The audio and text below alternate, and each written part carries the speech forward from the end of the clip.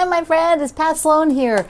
The Royal We are getting close to finishing the red Zinger. And so today I'm making a commitment to myself to finish up the red Zinger in the next few days. So let me show you where I am and a little something, a little surprise within the red Zinger. So I have the top with the polka dot. So I went with the polka dot, which, let me get the basket here. So I had a couple of options. If you remember, I had the polka dot and then two different stripes, that really sort of densely dark stripe, which actually a lot of you like that for the inner border. And it might be nice for the binding because I think I have enough of it for binding. So I don't know, I might keep it out for that. And then I also have the black and white, which might also be the binding. But anyway, I had those options and I went with the dot. Now, I'm running out of space here. Okay, so I have two borders finished. And I'm going to do like Karen did and put the side borders on first, which means there'll be a stronger horizontal across the top like this because it'll cross over the two side borders. If you want to make your quilt look a little longer visually, then do your top and bottom first, and then your side border goes all the way up. It's like if you've ever watched a decorating show and they tell you if you've got high ceilings to make your curtain rod up at the top that it covers like the wall above the windows so that it elongates the look. If you want your quilt to look more elongated, do that. And I don't know, I'm kind of just copying Karen on this because I just like the way it looks a bit chunky with the longest pieces on the top and bottom. So that's what I'm going with, which means these two will go on the sides first. So I will be stocking, where'd that word come from? I'll be sewing the sides on first. And I've got both of those done and they're long enough. So that means I have two more of these to do. And I got out, which I'll show you again in a minute, I'm looking for something else in there, but I got out my two baskets. Those two baskets there all have my solids. All my solid fabric is there because I don't really have room in the baskets in here to put them by color. That would be my preferred mode, that I would have all the color, like if they're blue, they would just be with the blue fabrics, but I don't have space in here. I don't really have working space. So because I know the solids are all together, I'm good with keeping them like that, but it's not my preferred way. If it were a perfect world, I would have the solids by color with the prints and the stripes and the dots and all that. Okay, so I need to get, why I was talking about that, I need to get two strips cut for the top and bottom. So I'll have to, go ahead and measure those out and get them cut. And then I will be working like a mad woman to sew all these on. And I'll basically, because I'll have two strips, I'll sew one, then the other, trim it. First one, second one, trim it. First one, second one, trim it. And I will just go like assembly line because at this point, I want it done. I want to get through there fast. I'm also going to go through, if you look up on, can I turn that? Yeah, right above my name sign there, there's two bins on the top, also have some more salvages in it. So I'll probably go root around in there to get a little bit variety because some of what's in this basket were trimmed off. So I've already used them. So I know there's a group on top that I want to use, but I think I'll go up there and get some of the other ones that you all sent me and I'll use those. Okay, so that is number one goal, which means I won't be sewing on the sweater weather much because for the next day I need to do this, plus I have another project coming up. I have to, I can tell you what it is, my socialites day. I need to do my block in advance and take pictures and send it to the Fat Quarter Shop, da-di-da-di-da. So I have to make that happen as well in the next few days. So those are my two priority things, and it's always good to know what your priorities are. Okay, I told you there was something up close I wanted to show you. Let's look. Let's zoom in here. I want to show you a couple things. Hedgies, oh my goodness, look at its little face, so cute. And then what else do I have? Look at this, with little eyeballs and things. And then look at this selvage, all the different items on it, so darling. I like this mod little kitty and these sort of retro I don't know, 1950s roosters. But look what I noticed. For those of you who don't believe, you don't believe in the magic, this, look here, what Martha wrote. Look, I'll get in closer. It's a radish. Yes, it is, my friends. It's a radish, not a turnip and not a parsnip. Okay, there we go. 2 borders on the way. I was quite surprised, really seriously surprised, when I looked, and the whole time I was showing you that piece of fabric, that's the only piece of it I have, it said the word radish right there for you to read, for me to read, for everybody to read, and none of us read it. Not one of you sent me a note saying, it says the word radish there.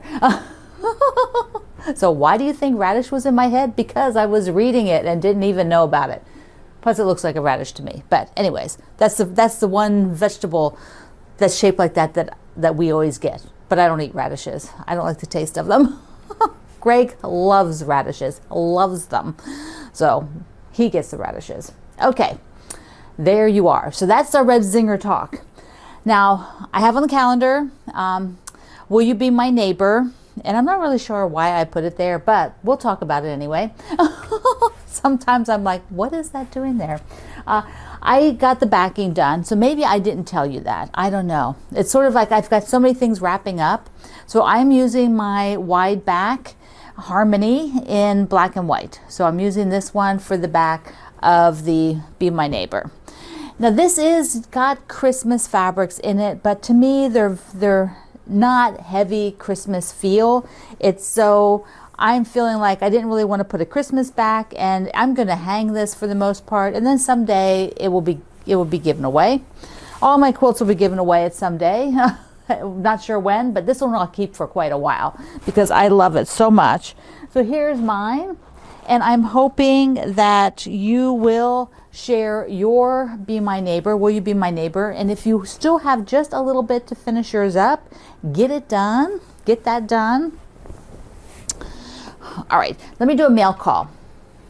This is from Kay in Macon, Georgia. And the reason why I tell you Macon, Georgia is because what she sent me has to do with her town. So she sent me this gorgeous turkey card. Isn't he cute? Cute, cute. So many of you have been sending me little notes for my birthday. I really appreciate it. Mwah. So what she sent was some candy from her town. And this is, let me get the name, it's called the Crown Candy Company. And they make these sort of home style logs. You know, I think of Stuckey's logs when I see these things, but these companies have been making them for a long time, maybe even longer than Stuckey's. This company started in 1917, although they went out of business during the Depression. She sent me a little note about its history. Then it was repurchased, and then it was purchased and had partners and whatever. And right now it is part of the Brock Candy Company, but they are still making the candy in Georgia. And I love this type of candy. I love that white nougat that's in there. I love that. So thank you, Kay. Thank you so much. It is also on the calendar. It is also the Marine Corps birthday. So happy birthday to all of you Marines out there, because once a Marine, always a Marine. Even if you happen to be retired, you're still a Marine, not a retired Marine. So if you have made a Marine Corps quilt, okay, so this is being super specific, but I have faith in all of you quilters, because I know not one, not two, not three, but probably way more than that of you have made Marine Corps themed quilts. So today, let's celebrate the Marine Corps' birthday and show those quilts in the community group, Quilt Along with Pat Sloan at Facebook. So we have a few other things here. Let me do sweater weather. This I want to tell you because we're making these blocks.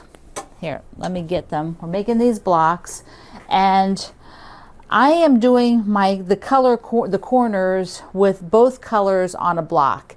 And Susan Aki, whose pattern this is, she did them all black and then some all blue.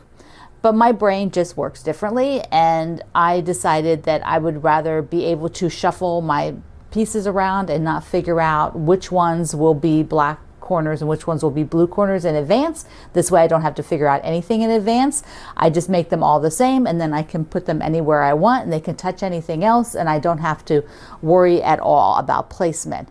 It is just a different approach. Just like you could make a half square triangle half a dozen different ways, you always end up with a half square triangle. This will end up with the exact same look of the quilt. It will just be done with the corners, with each block having 2 blue and 2 black instead of 4 blue on some and 4 black on some.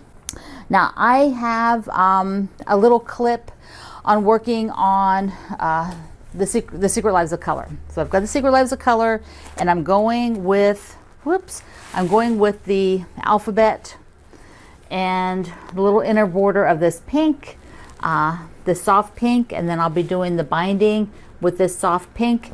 But the strips, you know, I'm going to have to fuss around a bit with them, because either I'm going to have to sew them together to make it solid, or I might put some spacers. I don't know. I'm just sort of cutting the strips now and then I'll work with it. But I did a little video clip for the Secret Lives of Color, so let's see that. I think I'm going to switch plans. I'm going to just go and do a little inner border and use a stripe binding. And I like this pink stripe. So that means I tried doing the green, but my greens, I don't have a lot with yardage, or if I have yardage, it's not the right green color.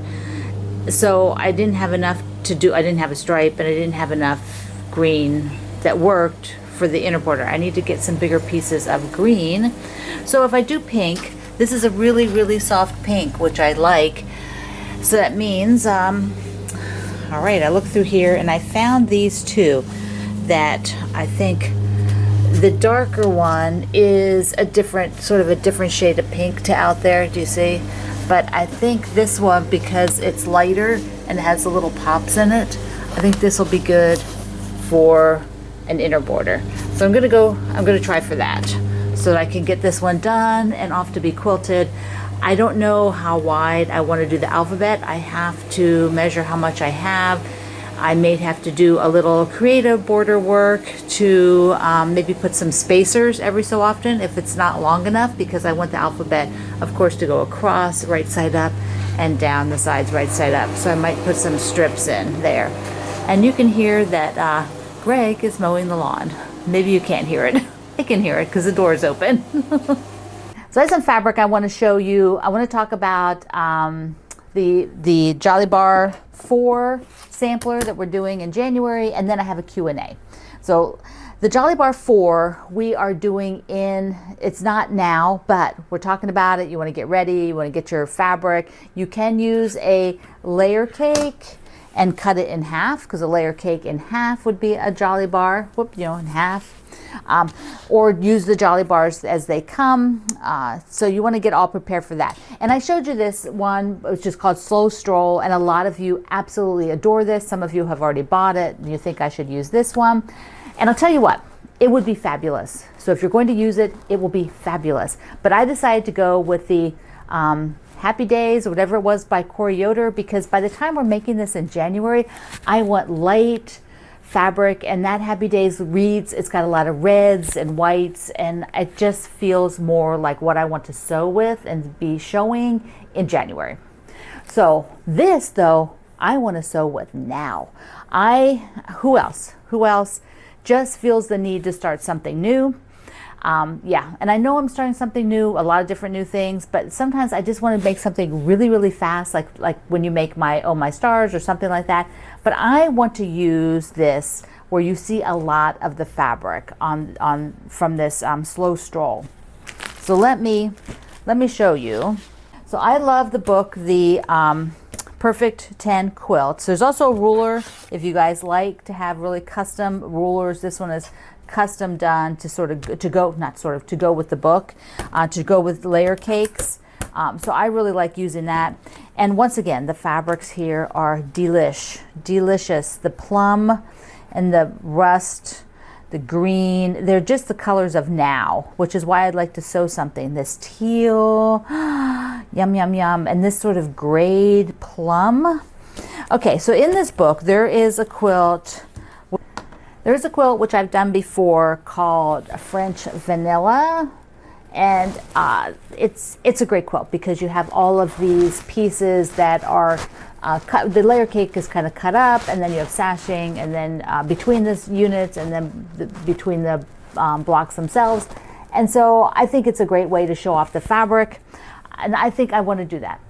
So I needed to get a background fabric. It takes about 3 yards. There is a border around this, so I'm not sure that it really needs 3 yards if you don't do that, have, you know, the wider solid border around it.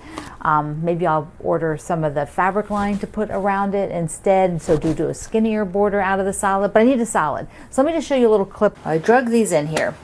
My 2 baskets that have solids, which I either really need to use the solids for a little bit here, or maybe rehome some of them to somebody else. But in this one, which is a Longenberger, for those who recognize it, I've got some swatch sets that I had ordered at some point on the top. Do I really need those? I don't know. And then these I'll keep definitely for a very long time. They are the cards, swatch cards. So if I have swatch cards, I really don't need these bigger pieces. And I have one for the grunge. They come out with these periodically, and then they're gone, so you have to get them. So I've got a lot of whites, yellows, peach. What else is in there? Peach. And then the other one needs cleaned up a little bit, but blues, greens, aquas, some orange, red, pink. But what I was looking at was this blue and the gray. Plus, yeah, that's gray. The lighting's making it look weird, but it is darker. I'll get in close. It's more like, yeah, the darker color gray. And then I brought this bin over because there's some gray in here that I want to take a look at. So I want to look at these grays and see how they look. So here is this blue, and it's pretty bright. I don't think that it's the best option. It would be interesting to try, but I don't think I'm going to. It's just much brighter than the blue that's in here, and I'd kind of like to use the blue fabrics, and so see the blue against it. It's just wrong. It's just not right. So that's not the right one. So I have the grays. I mean, I could do white, but this is kind of a taupe. There's 10 squares it doesn't use, so there are things like I could leave out all the taupes. Oh, but they're so cute. I don't want to leave the acorns out. I want to use all the acorns. There are a few duplicate fabrics, like this one is duplicated, so I could just use one of them. So I have to go through and figure out which 10 or 12, whatever it is, I don't use. But I think one of these will work. I need to see what I have the most of. This is a grunge, like I talked about the other day, so it has the variegated look. This is another one from a Riley Blake collection that has a variegated look as well, which are kind of nice. They just give you a little bit more interest. I love this woven so much, and if there is enough here, I think this is what I'm going with. I also pulled this sort of darker gray, so you can see better the color. This is more true the color, and that will look really cool too. I think it goes really well with this slow stroll. Sometimes I just want to just do something fast, and this is perfect, and I've done it before. It is just a perfect thing to show off the fabric in the Perfect 10 book. A great book if you don't have it already. Now, I had a Q&A, and then we'll see where Norm is going. Norm, Nanette, and Baby Bob. But first, the Q&A was from Michelle, and Michelle asked here on YouTube, she says she loves watching me decide what fabrics to keep and not keep. She goes, how much do you feel your mood affects how much and what you keep? For her, I try to do decluttering tasks like this when I'm feeling decisive and ready to clear things out, so I'm more brutal. Brutal is the word sometimes. You just have to, yeah, you have to make hard decisions sometimes. Yeah, definitely your mood. Definitely your mood affects how decisive you can be. If you're feeling down, if you're feeling decision overload on another part of your life, like there's a part of your life where you're like making a ton of decisions about things, that's probably not the good time to do this because you are already fatigued from all those other decisions. So it's good to do it when your brain is kind of fresh, where you're not being overloaded with a lot of other tasks that are demanding of you. You know, if you have the time and the ability to do it when your mindset is at its freshest and most open to making decisions about your fabric, your beloved fabric. So yeah, definitely. And if you start and you're feeling like I'm keeping this, like you're not like making any progress, pack it up. Don't do the task that day. Do it another day. I had to do that with my quilts. Doing my quilts, I have to pare them down. I still have, I mean, eventually I'll give all my quilts away. You know, I'm not taking them with me. So they're all going to go, but I want to get rid of a lot of them now so that I have space in my home again, and they're used by people. But I have to do that when it's a good mental time for me to do it, because otherwise I just feel like, oh, I might use it. Oh, no, I'm not ready for that one. So, you know, I have to have a good mental place. And when I do, I can get rid of 60 quilts, you know, and it's not a problem, and I don't regret it. And I still don't regret anything, you know, but you have to be in the right mindset. Okay. Norm, Nanette, and Baby Bob, their last little adventure with our ambassador, Melissa, in Ohio. So this is what Melissa told me. Let's take a look. Well, it's official. Norm is an Ohio State Buckeye fan. Here he is jumping up and down after a touchdown. He is teaching Nanette and Baby Bob the rules of the game. So he's pretty savvy, that good old Norm. Well, after gaining a few pounds eating too much Halloween candy, Norm set outside to help build a garden raised bed. You know that all gnomes are master gardeners. You can find them in almost every garden across the world.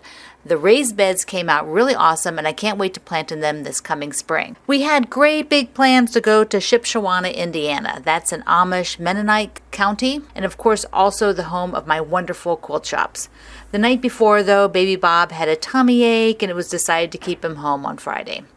Come Saturday, everybody was feeling well, and so we went out to the local cross-stitch store, the Craft Gallery.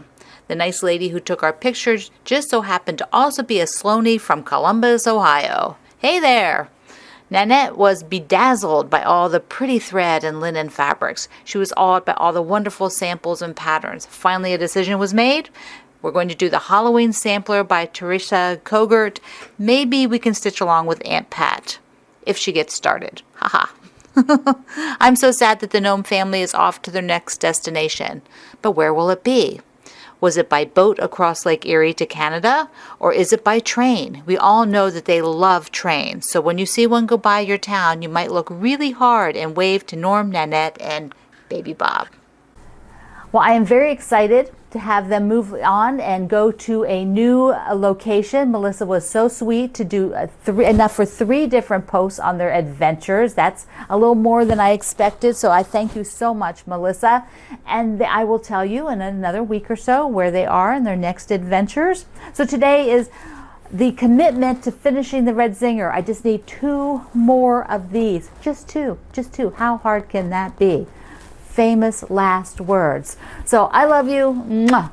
Thank you for being here in the Sloan Zone. I will see you online.